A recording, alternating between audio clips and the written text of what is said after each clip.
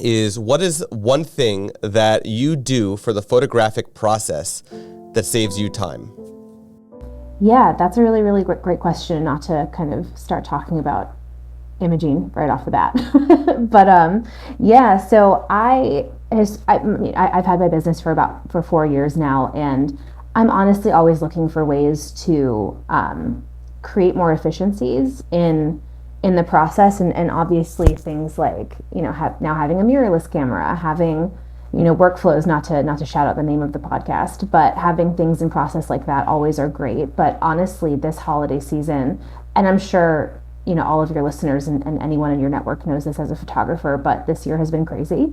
So trying to find any place where efficiencies can be tighter has been great. And honestly, finding an AI editing software has been a game changer for me. I did not have an in-person editor. I've always been a control freak about my own images. So I had been historically hesitant to outsource that part of my business to anyone. Yeah.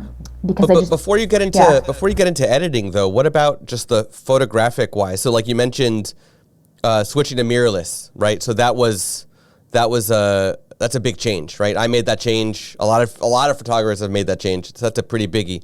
Have there been any other, related to actually picking up the camera, using the lights, anything that in that sort of workflow that has been a game changer for you in the photographic process?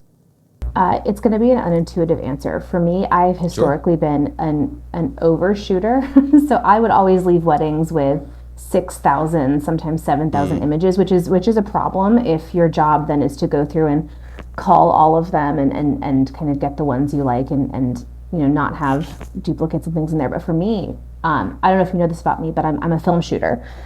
So about 3 years ago, I adopted film into my process, and that really, really slowed me down, which is a little bit unintuitive.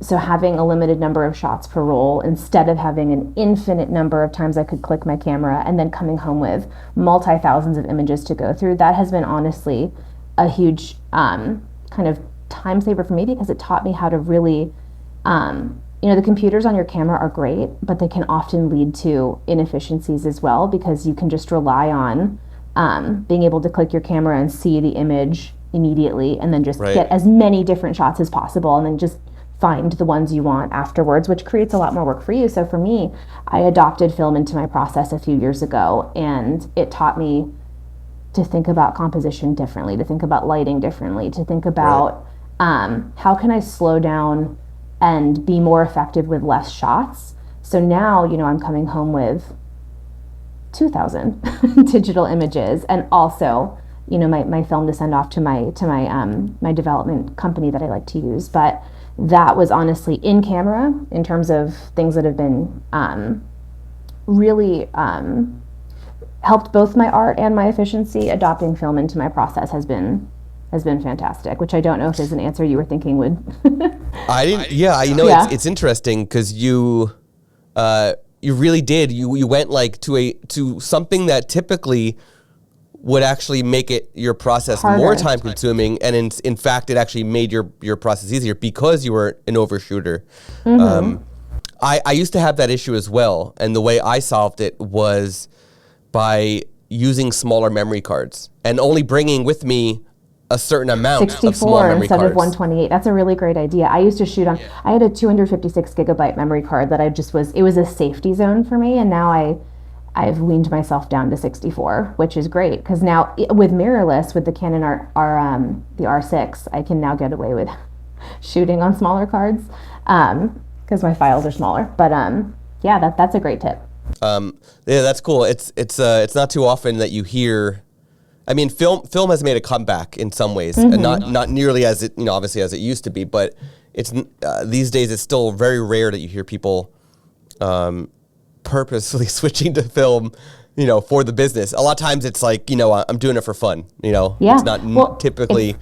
It started for fun. It started for personal photography, but it helped me in my editing too.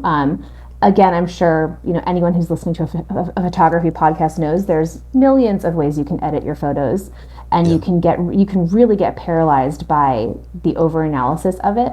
I know I used to do that. Editing for me was historically a laborious process because I would always second guess everything I was doing. When I was able to anchor my images and my editing style to my film images,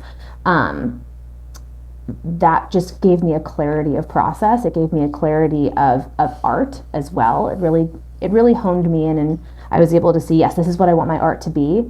This is what I want my art to, this is how I want to edit my photos. And it gave me a lot of clarity. So yeah, sometimes the answer is just finding something that is antiquated or feels antiquated, but really does force you to be more intentional in how you shoot, and also in turn how you edit. That's really what happened for me. So yeah, it's cool. It's a really cool thing that you've done, and you made it work for yourself, which is even more important.